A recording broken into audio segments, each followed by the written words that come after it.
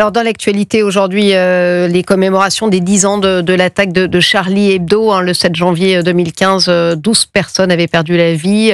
Le journal, on le rappelle, était devenu la cible de menaces djihadistes depuis la publication de caricatures de Mahomet en 2006.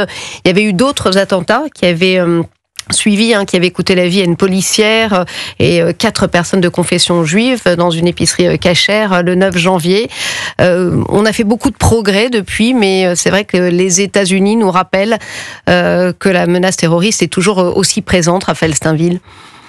Oui, parce que si Daesh a été défait militairement pour partie, on voit que parce que c'est une idéologie qui n'a pas besoin finalement d'État pour prospérer. Il lui suffit des réseaux sociaux comme caisse de résonance, de communication pour appeler au meurtre des infidèles, pour que certains passent à l'action.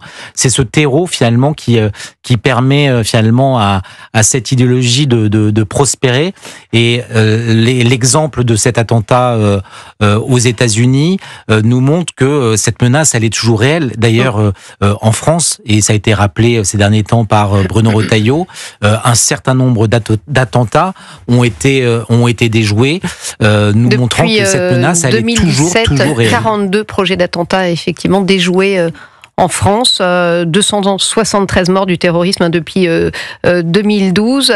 C'est une menace, effectivement, c'est pas vraiment la 5e colonne islamiste organisée et identifiable. C'est extrêmement compliqué parce qu'on s'en rend compte aux États-Unis, ça frappe quand on s'y attend pas. Donc, oui, non, mais vous avez raison. Prendre le problème. D'ailleurs, vous savez, on a parlé encore aujourd'hui de Boualem Sansal. On pourrait lui faire aussi la grâce de l'écouter dans ce qu'il a dit.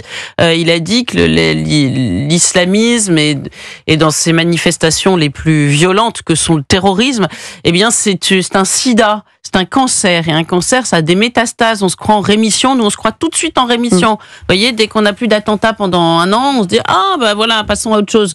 Et en réalité, il y a des métastases partout. Les États-Unis, c'est un peu pareil.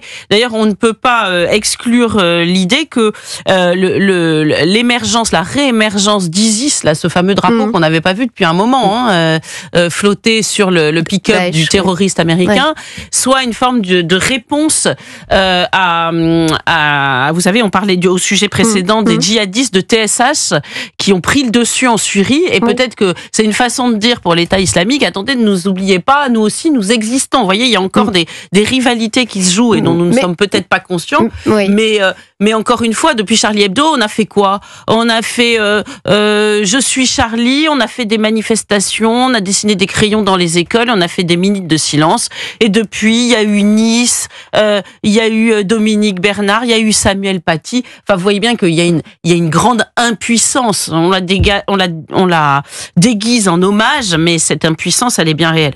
Vous diriez impuissance, Raphaël Steinville ?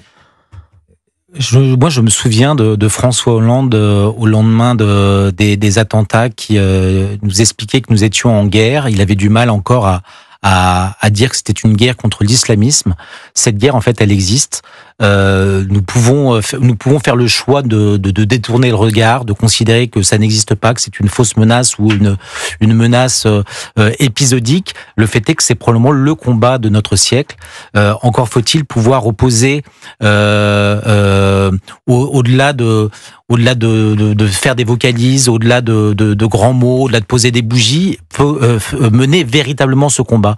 Je pense que la France, pour une partie, a pris la mesure de cette menace, mais il faut aller au bout de ce combat, c'est-à-dire annihiler véritablement ce terreau qui permet que ce terrorisme islamique prospère encore sur notre sol.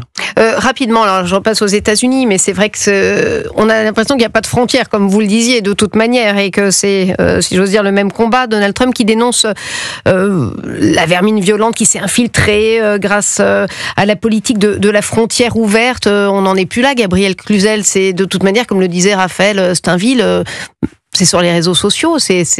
Là, en l'occurrence, il a peut-être fait le mauvais diagnostic, le futur président américain. Je pense au contraire qu'il a raison. Il y a une chose qui est certaine, c'est que si l'Occident peine à se définir, s'il dit que le choc des civilisations, aujourd'hui, il est bon ton de fustiger Huntington en disant que sa grille de lecture est très simpliste.